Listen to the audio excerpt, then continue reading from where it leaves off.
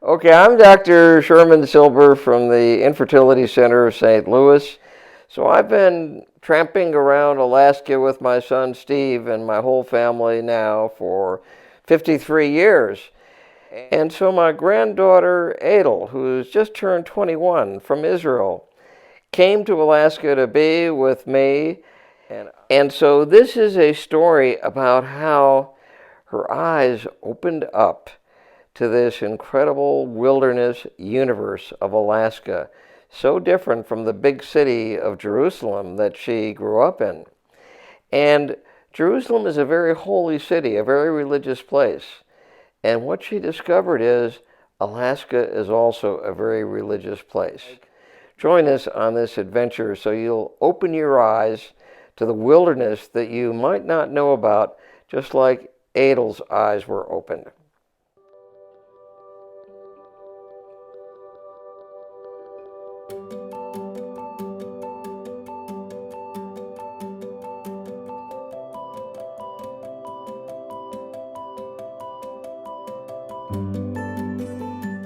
It's a treat just for Joan and me to watch Aidel and Steve do their art and their drawing on the porch, looking out at this incredible vista in front of Chalitna Lodge.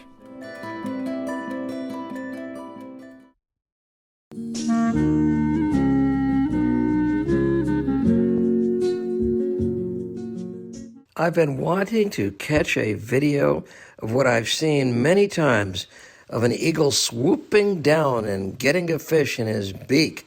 And I wasn't able to do this until Aidel spotted it and instantly got my camera out and got me ready. And otherwise, I never would have gotten this picture. Notice that the eagle cannot let go of that fish. His claws won't do it until he lands. And if he lands somewhere where a bear would be nearby, for sure he will lose that fish.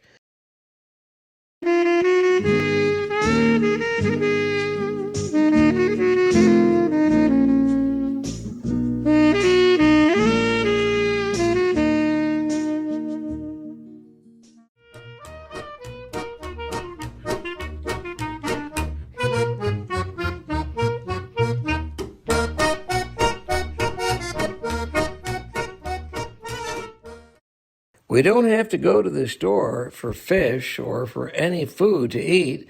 Steve just goes and catches it in the lake, prepares it, fillets it, gets it ready for dinner, and there we have. This is really fresh fish, not like what we get at the store. This is right out of the lake, beautifully filleted by the fish surgeon, Steve, who's been doing this ever since he was a little boy. And there he is with Kelly displaying their beautiful catch of the day. On a calm, peaceful day, when this lake is just serene, we go kayaking through the lake without any turbulence or waves, just enjoying all the beauty around us.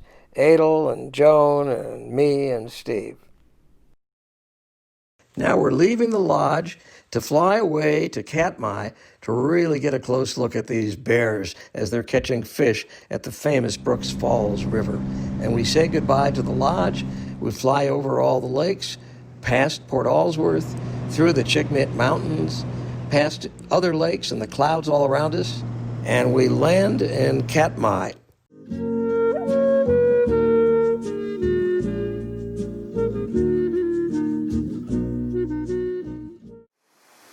We leave that ominous-looking bear that first greeted us and walk towards the falls to see where the bears are doing serious fishing.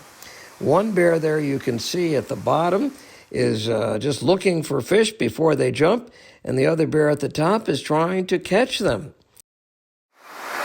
Well, because he's got to set it down, so if he just sets it down to eat it in the water, it's just going to swim away. He'll miss it. In fact, he almost missed it. He lost it. He lost it.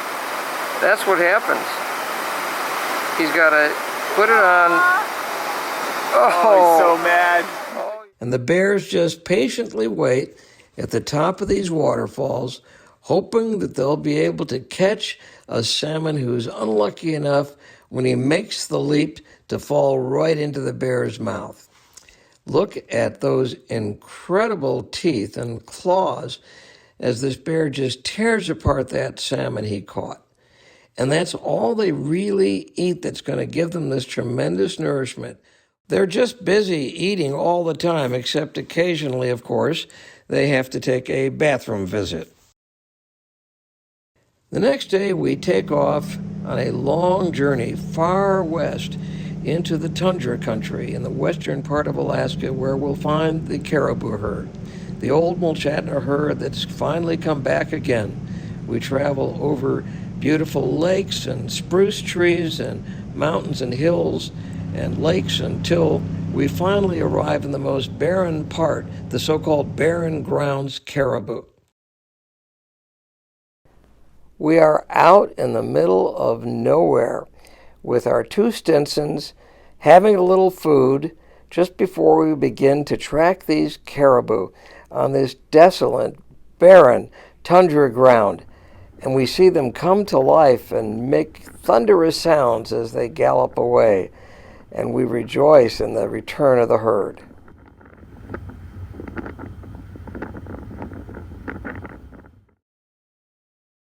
Hey, Aidel. My outdoors Israeli granddaughter. And moose. And a moose, right. Okay.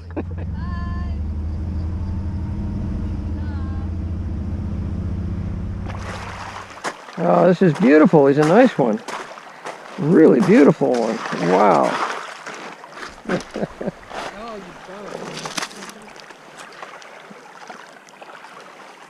Fishing. I mean, I just was holding my rod. You got something right going on. Give up. Look, I don't want to lose it.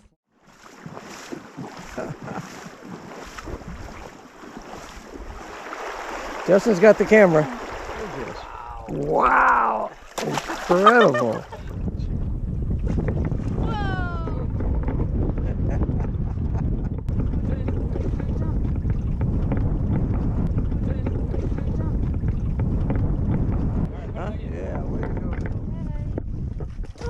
Oh, yeah, I got one.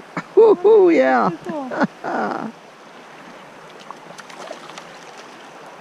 Beautiful. You know, as any newcomer to fishing will tell you, especially if they're not really mature adults with a lot of experience, fish are squirmy things, and they're really hard to hold on to. If you try to grab them like the bears do, you'll find it's impossible. And when you catch them on your line, it's such an amazing feeling to be able to play tug of war with the wild and realize how these little things are so powerful. It's just amazing, that feeling. And watching the look in Aidel's eyes as she felt that touch, that connection with the wild, was thrilling. And of course, when she tried to hold on to that fish, she discovered just how squirmy they are.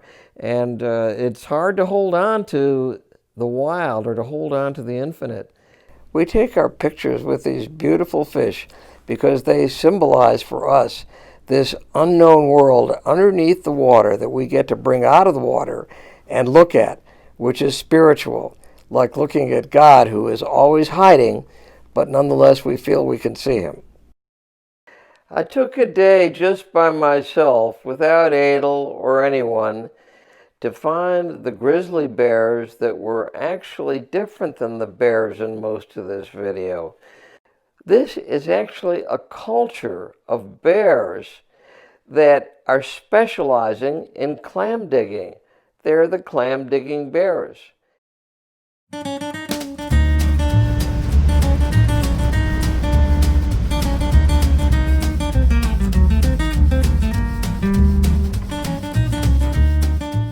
The Alaskan summer day ends very, very, very slowly, with a sunset that lasts very many hours, where the sky turns all kinds of beautiful colors, and even after the sun is down, it's still bright, unlike what it's like farther south or on the equator, where the sun goes down and it becomes dark immediately. So we treasure night, which lasts for such a long time, with the sparkling light still before us as we enjoy the campfire and relax waiting for another day.